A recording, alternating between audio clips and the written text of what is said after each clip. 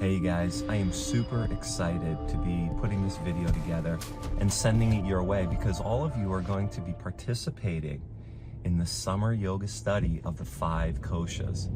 Now, what does the word kosha mean anyway? Well, kosha is a Sanskrit word which in English is translated loosely as a covering or a veil. What these 5 koshas are believed to be are the 5 elements that make up a human being in the material world. There's an old saying that I want you guys to consider. You may have heard it before. And the saying is, we're not humans having a spiritual experience, but we're spirit having a human experience. So what that means is that spirit, according to this tradition, is infinite. That spirit comes into this physical human experience, and when the physical body dies, ashes to ashes, dust to dust, this consciousness, this energy continues on. We now know through quantum physics and such that you can't destroy energy, it just transforms. One teacher would always liken this metamorphosis to water, like the water cycle. You have water, and then you boil it, it becomes vapor. It's transformed. I mean, it doesn't go away. Then that vapor eventually turns back into a liquid. You can freeze it and turns into a solid. So according to this yoga tradition, our spirit, right, our jivan mukti, our soul, consciousness, whatever you want to call it, is abiding in this physical body, and it's sort of tethered to it. So these yogis discovered a practice to help us transcend and include these 5 koshas. The way that we can transcend them is by becoming untethered. The way that we do that with a thought, for instance, if we have an identification to a particular thought or an identification to a particular behavior, is we start to see the thought and we start to see the behavior, or we observe the thought or we observe the behavior. And in doing so, we discover, well, if I can observe it, then how can I be it? I'm not it, but I'm rather the part of me that's observing the behavior or observing the thought.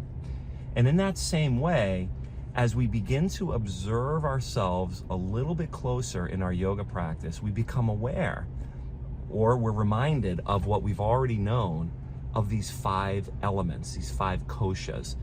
Now, the grossest level of who we are is our physical body, which is called the Annamaya kosha. And that's going to be our focus on this first session. Then we've got the mind, or the Manomaya kosha. Then you have your emotional body, the energy body, called the Pranamaya kosha.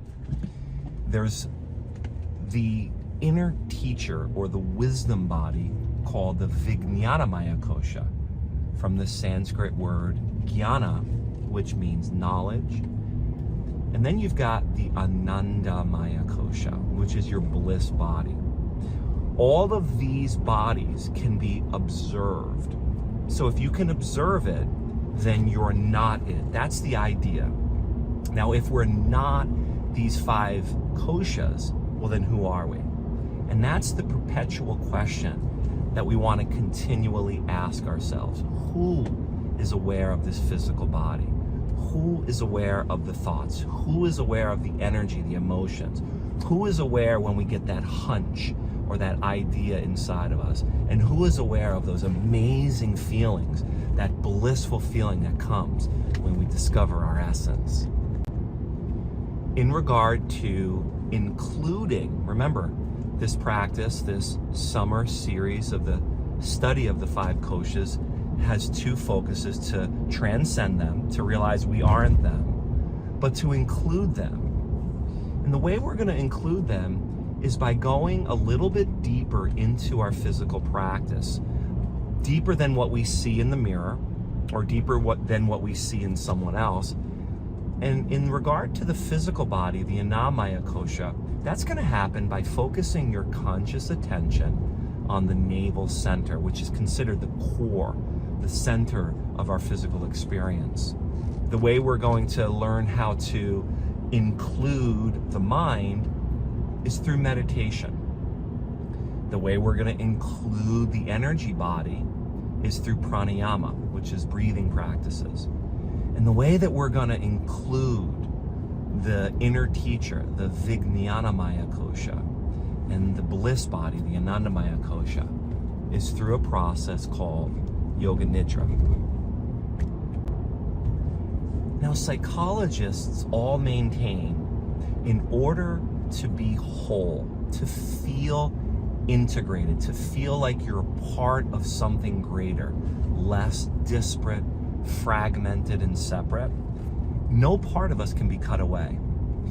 This is precisely why including the koshas into your yogic studies is absolutely essential. Because after all, this practice is to help us feel more alive in the very small amount of time that we have on this earth. And I'm here to tell you that this practice, this focus of study, has contributed more to me feeling more connected with everything around me and the people I've had the good privilege of working with than any other individual aspect of the practice. I hope that this video started to get you interested and stimulated a little bit more for you. I very much look forward to meeting you guys all on Wednesday. And by the way, each of these 5 Wednesdays correspond to the different koshas. The way that we're gonna organize, it's only 2 hours, it goes like that. We're gonna have a short discussion and then a practice that's going to help us bring us closer to these different koshas. Now, the physical body, the Annamaya kosha, is pretty simple. It's self-explanatory.